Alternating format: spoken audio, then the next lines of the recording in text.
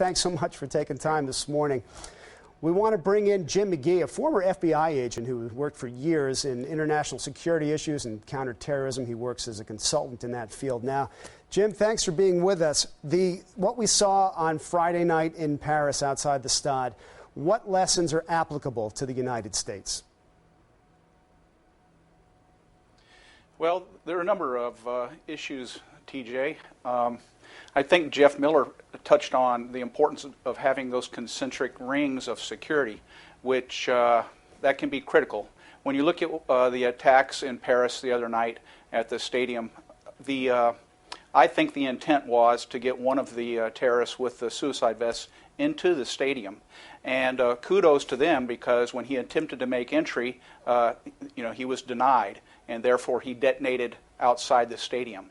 Had he been able to gain access to the stadium, he undoubtedly would have caused all sorts of panic, and many of the spectators would try to self-evacuate out of the stadium, which is the absolute wrong thing to do. Once you get outside the stadium, you're moving into the unknown, and guess what was waiting for them? 2 more suicide bombers that would have self-detonated, and then you would have had an untold number of casualties. Something to remember is that if you're in a stadium, and the French did this, and you have an attack, the best thing to do is to stay in the stadium, because you've more than likely been screened and you're probably in a secure area. So keeping people in the stadium was the right thing to do, instead of letting them venture out into the unknown where there were other suicide bombers. I'm thinking of other venues around the world, and London at Wembley, where there's going to be that friendly match on Tuesday night.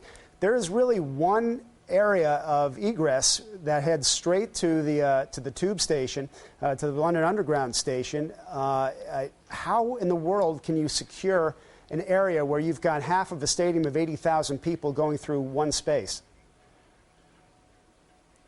Well, good question. Every stadium presents its unique challenges for the security apparatus. And again, you want to try to put protocols in place that are going to allow spectators to have a good time, and they don't have to worry about security, other than the fact that they should remain vigilant and report something that maybe looks unusual or suspicious. When you have one choke point like that for ingress and egress into a stadium, that's a challenge. You're really going to have to enhance the security apparatus around that area, and make sure that any possible threat is detected and addressed before it becomes something worse. What makes a target attractive to a terrorist? Oh, there's a whole lot of different variables that make a target attractive. Let's think about what happened just recently in France. Not only the fact that it was an international game between the Germans and the French, but at the same time, it's a venue of mass gatherings. So, quite honestly, the terrorists are looking for media attention, and they're looking for body count. So there you have 80,000 plus spectators in one location. That's like low-hanging fruit for the terrorist. That's what they're going to, target specifically. Then you add up the ante by placing a dignitary in there in the form of head of state. Now, 2 things are happening. You're probably going to have enhanced security because you have a head of state present, but at the same time, it becomes even a more viable target for terrorists. Jim, why haven't we seen an attack like we saw in Paris in this country?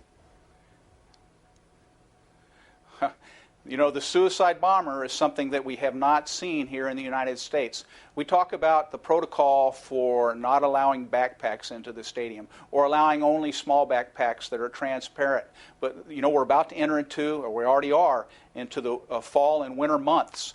You may not allow backpacks, but for outdoor stadiums, people are going to be wearing bulky clothing. What do they have beneath that bulky clothing? What protocols are in place to check or pat down or have them move through a magnetometer? That enhances, the challenges for security. It may not be something in a backpack. They may be wearing a vest.